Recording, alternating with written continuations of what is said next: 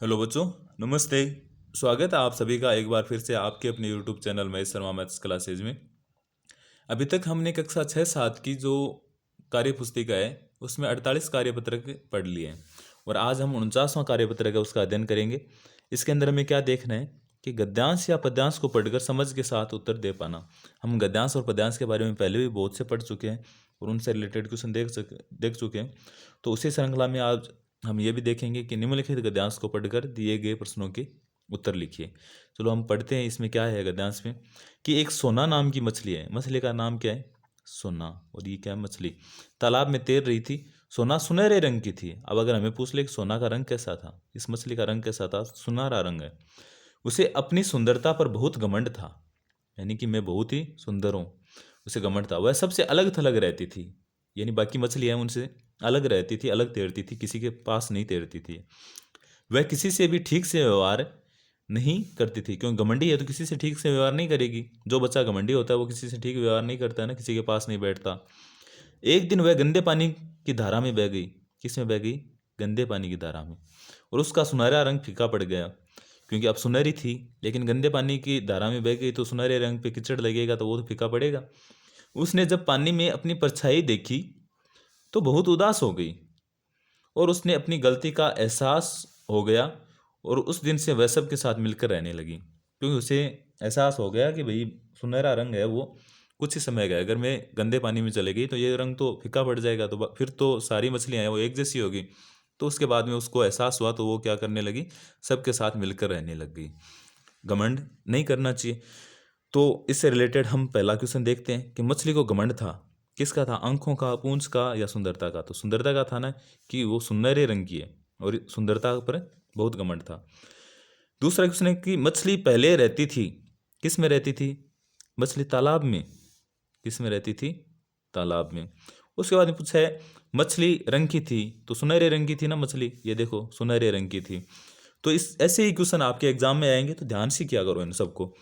उसके बाद में कि एक दिन वह की धारा में बह गई। तो किसकी धारा में बह गई? गंदे पानी की धारा में। तो हम यहाँ क्या लिख देंगे? गंदे पानी की धारा में। उसके बाद में मछली उदास क्यों हो गई? मछली उदास क्यों हुई थी? कि उसका सुनहरा रंग है वो फीका पड़ गया और उसने जब पानी में अपनी परछाई देखी तो वो उदास हो गई। क्योंकि हम क्या लिख देंगे यहाँ? क्योंकि मछली गंदे पानी की धारा में बहने से उसका जो सुनहरा रंग था वो फीका पड़ गया। उसका सुनहरा रंग फीका पड़ गया था। कि मछली है वो गंदे पानी की धारा में बह गई तो उसका सुनहरा रंग है वो फीका पड़ गया था। छठा क्वेश्चन है कि यदि तुम सोना मछली की जगह होते तो सबके साथ कैसा व्यवहार करते? अगर आप सोना मछली की जगह, यानी आप खूबसूरत हो, आपका रंग अच्छा हो, तो आप कैसा व्यवहार करते? तो आपको भी अच्छा करना चाहिए, तो आप क्या बोलोगे कि मैं कभी अपनी सुंदरता पर मैं कभी अपनी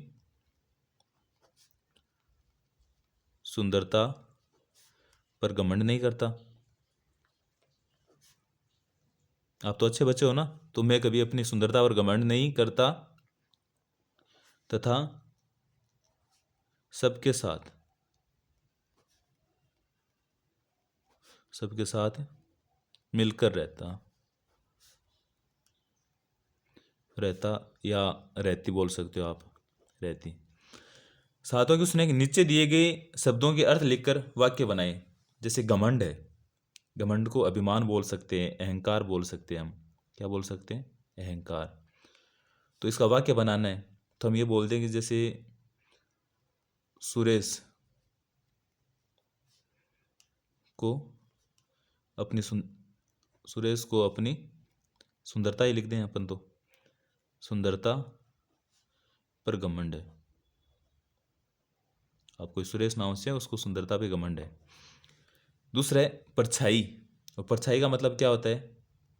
छाँव या छाया बोल सकते हैं हम। पर छाया होगा। परछाई का मतलब होगा छाया।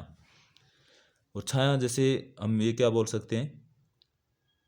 जैसे मछली ने अपनी छाया है वो किस में देखी थी? पानी में। तो हम ये बोल दें कि शेर ने देखी है, शेर ने अपनी परछाई कुएं में देखी।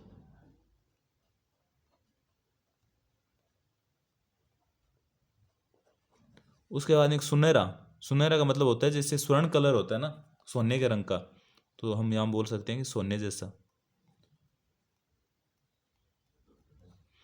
सोने जैसा होगा।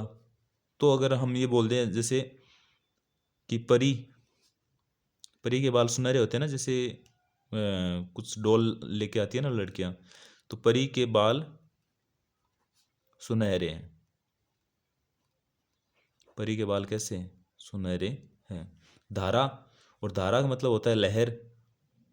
क्या होता है? लहर। और लहर किस में आती है?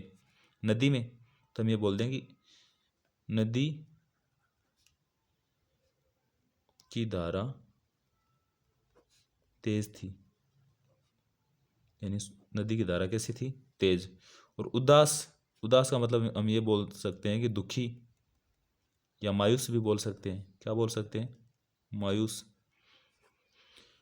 हम यहाँ ये बोल सकते हैं कि छात्र कम नंबर, कम अंक